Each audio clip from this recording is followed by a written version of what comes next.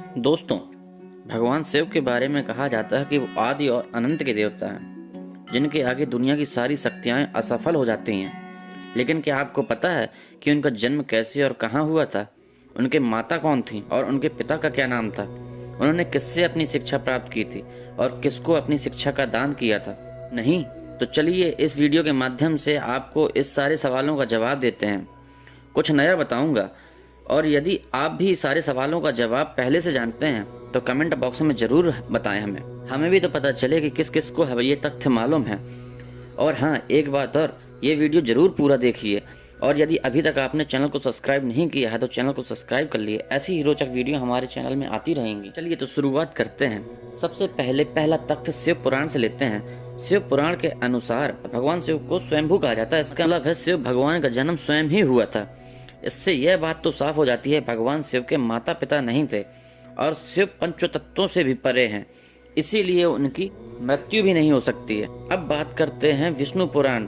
विष्णु पुराण से शिव पुराण की एक और कहानी के बारे में।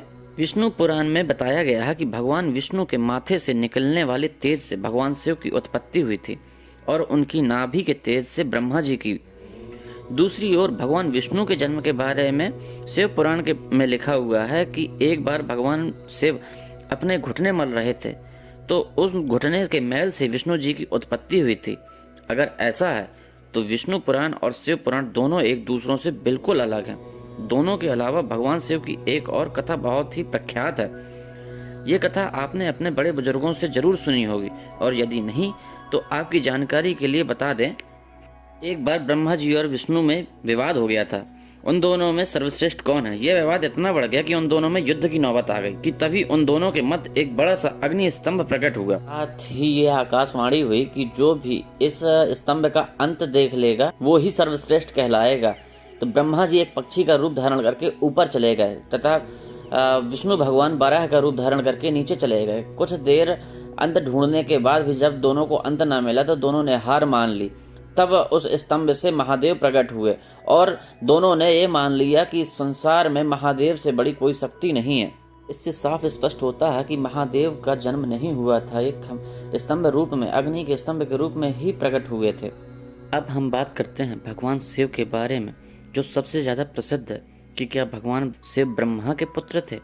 जवाब है जी हाँ। इनकी एक कहानी लोगों के बीच काफी प्रसिद्ध है। आपको बता दें कि किस प्रकार शिव ने ब्रह्मपुत्र के रूप में जन्म लिया था।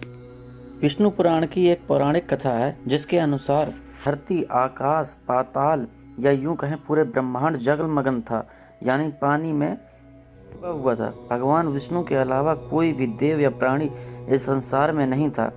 केवल विष्णु जी ही जल सतह पर अपने शेषनाग पर लेटे हुए थे। जिसके बाद उनकी नाभि से कमल की डंडी पर ब्रह्मा जी पैदा हुए।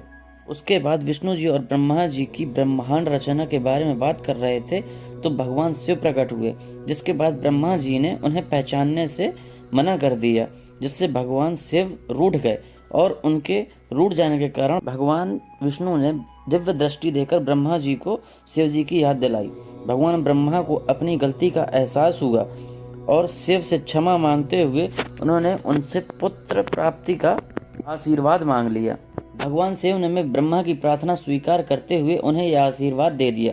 लेकिन उसके बाद भगवान ब्रह्मा ने संसार की रचना शुरू की तो उन्हें बच्चे की जरूरत पड़ी और उन्हें तब भगवान शिव के आशीर्वाद का याद आया, जिसके लिए भगवान ब्रह्मा ने तपस्या की, जिससे भगवान शिव बालक रूप में रोते हुए प्रकट हुए। आपको बता दें ये भगवान शिव का एकमात्र बाल रूप है।